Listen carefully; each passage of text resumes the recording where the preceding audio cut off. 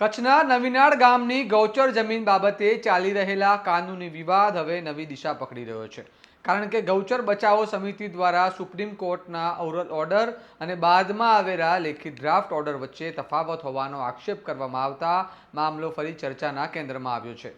સમિતિનું કહેવું છે કે જાન્યુઆરી મહિનામાં સુનાવણી દરમિયાન કરવામાં આવેલી મૌખિક નોંધ અને ફેબ્રુઆરીમાં જાહેર થયેલા લેખિત આદેશ વચ્ચે ફેરફાર જોવા મળે છે।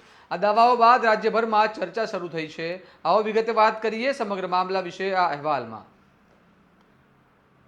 નમસ્કાર, હું ચિરાગ વર્ષાબેન, આપ જોઈ રહ્યા છો સ્વમાન। નવીનાળની ગૌચર જમીન મામલે વર્ષ 2011થી કાનૂની લડત ચાલી રહી છે। જુલાઈ 2024માં ગુજરાત હાઈકોર્ટે ચુકાદો આપતા અદાણીના કબજામાં રહેલી આશરે 108 હેક્ટર જમીન નવીનાળ ગ્રામ પંચાયતને સોંપવાનો આદેશ કર્યો હતો। આ ચુકાદાને અદાણીએ સુપ્રીમ કોર્ટમાં પડકાર્યો હતો અને સુપ્રીમ કોર્ટે 27 જાન્યુઆરીએ આ મામલે સુનાવણી કરી કેસનો નિકાલ કર્યો હતો। ગૌચર બચાવો સમિતિનો આક્ષેપ છે કે સુનાવણી દરમિયાન આપવામાં આવેલી મૌખિક નિર્દેશોમાં રાજ્ય સરકારને 2 અઠવાડિયામાં પક્ષકારોને સાંભળવા અને ત્યારબાદ હાઈકોર્ટ દ્વારા ફરી વિચારણા કરી મુદ્દો હતો, જ્યારે 12 ફેબ્રુઆરીએ જાહેર થયેલા લેખિત ડ્રાફ્ટ ઓર્ડરમાં સમય મર્યાદા 6 અઠવાડિયા કરવામાં આવી અને હાઈકોર્ટે દ્વારા ફરી ચુકાદો આપવાનો મુદ્દો સામેલ નથી। સમિતિના પ્રમુખ ગજેન્દ્રસિંહ જાડેજાએ જણાવ્યું છે કે તેઓ આ બાબતે ફરી કાનૂની માર્ગ અપનાવવાની સ્પષ્ટતા માંગશે। સાંભળો તેઓ શું કહી રહ્યા છે। 2011થી અમારી ગૌચર જમીન પાછી મેળવવાની હાઈકોર્ટની અંદર લડત ચાલુ છે અને છેલ્લે સુપ્રીમ કોર્ટની અંદર ગઈ। સુપ્રીમ કોર્ટે એક ચુકાદો 27 જાન્યુઆરી આપ્યો છે। એ ચુકાદો જે કોર્ટની અંદર બોલવામાં આવ્યો અને ડ્રાફ્ટ ઓર્ડર જે આવ્યો છે એની અંદર ઘણો બધો વિરોધાભાસ છે। જે વિરોધાભાસને વિશ્લેષણ કરવા આજે પત્રકાર પરિષદ હતી। હકીકત એ છે કે ભાઈ 2024 જુલાઈ 2024ની અંદર નામદાર હાઈકોર્ટે 108 હેક્ટર જમીન અદાણી પાસેથી પાછી લઈને નવીનાળ ગામને સોંપવાની વાત કરી હતી, જેને લઈને અદાણીએ 2011થી જે કેસની અંદર મુખ્ય પાર્ટી છે અને દરેક હેરિંગની અંદર એને સાંભળવામાં આવે છે, એને સુપ્રીમ કોર્ટની અંદર એવો દાવો કર્યો કે ભાઈ અમને વગર સાંભળ્યા આ હુકમ આપવામાં આવ્યો છે। સુપ્રીમ કોર્ટે સ્ટે આપ્યો। ફરીથી 27 જાન્યુઆરીએ સુપ્રીમ કોર્ટે એક ઓર્ડર પાસ કર્યો અને સુપ્રીમ કોર્ટની અંદર જે અદાણીનો દાવો તો ડિસ્પોઝ ઓફ જે કેસ છે એ ડિસ્પોઝ ઓફ કર્યો।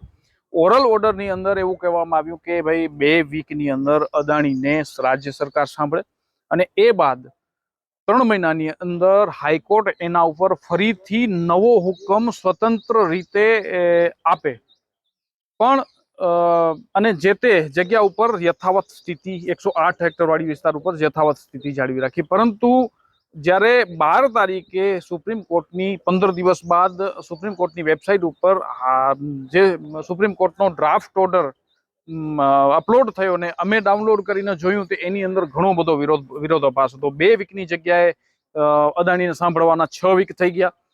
હાઈકોર્ટ એના ઉપર સ્વતંત્ર રીતે જે નિર્ણય લેવાની વાત હતી કે સ્વતંત્રતા આપી હતી કે ફરીથી 3 મહિનાની અંદર હાઈકોર્ટ ડિસાઇડ કરે, હાઈકોર્ટની PIL જ ડિસ્પોઝ ઓફ કરી નાખી। સંપૂર્ણ રાઇટ્સ રાજ્ય સરકારને આપી દીધા। જે રાજ્ય સરકારે 2005ની અંદર અદાણીને અમારી જમીન આપી હતી અને કોઈ પણ ટાઈમ લિમિટ નથી। ત્રીજી મહત્વની વાત કે જે તે જગ્યા ઉપર યથાવત સ્થિતિ જાળવવા સ્ટેટસ કોનું સુપ્રીમ કોર્ટે કીધું હતું, જે સ્ટેટસ કો પણ નીકળી ગયો। એના ઘણા બધા એવિડન્સ છે કે ઓરલ ઓર્ડરની અંદર ઘણા બધા રાષ્ટ્રીય ન્યૂઝ પેપરો છે એની અંદર પણ અમે જે કહીએ છીએ ઓરલ ઓર્ડર પ્રમાણે મુદ્દાઓ લખેલા છે। યુટ્યુબ લિંકની અંદર પણ છે। અદાણી પોતે NSE અને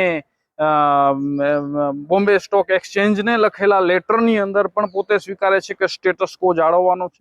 એટલે ઘણા બધા એવિડન્સ છે। સાથે સાથે સુપ્રીમ કોર્ટની અંદર અને ઘણા બધા એવા જજમેન્ટ છે, ઘણા બધા નિયમો પણ છે કે જે કોર્ટની અંદર વાંચવામાં બોલવામાં આવેલો ઓર્ડર જ અંતિમ ઓર્ડર ગણાય છે। એ ડ્રાફ્ટ ઓર્ડરની અંદર કંઈ ફેરફાર કરવો હોય તો જે તે પાર્ટીઓને નોટિસ આપી ફરીથી હિયરિંગ કરવી પડે છે। પણ આટલો બધો વિરોધાભાસ કયા કારણે આવ્યો એ પણ મહત્વની અને વિચારવાની બાબત છે, જે બાબતે અમે નામદાર સુપ્રીમ કોર્ટ પાસે ફરીથી જઈ અને વિનંતી કરશું કે ભાઈ આ ઓર્ડરની અંદર ઘણો બધો વિરોધાભાસ ને ઘણી બધી ભૂલો છે જેને સુધારવામાં આવે અને જો કદાચ આવું ન થાય તો જે લોકો માની રહ્યા છે કે ભાઈ અદાણી સર્વસ્વ છે, સુપ્રીમ કોર્ટની અંદર પણ ધારે કરી શકે, એટલે લોકોનો ન્યાયતંત્ર ઉપર વિશ્વાસ ઘણો બધો ડગમગાશે। આ મામલો હાલ કાનૂની પ્રક્રિયામાં છે અને બંને પક્ષો પોતપોતાના દાવા રજૂ કરી રહ્યા છે। ગૌચર જમીન મુદ્દે રાજ્યમાં પહેલેથી જ સંવેદનશીલ પરિસ્થિતિ છે અને હવે ઓર્ડર અંગે ઉઠેલા પ્રશ્નોને લઈને ચર્ચા વધુ તેજ થઈ છે. હવે જોવાનું રહ્યું કે સમિતિ ફરી અદાલતનો દરવાજો ખખડાવે છે તો આગળ શું સ્થિતિ બને છે અને કોર્ટ શું સ્પષ્ટતા કરે છે.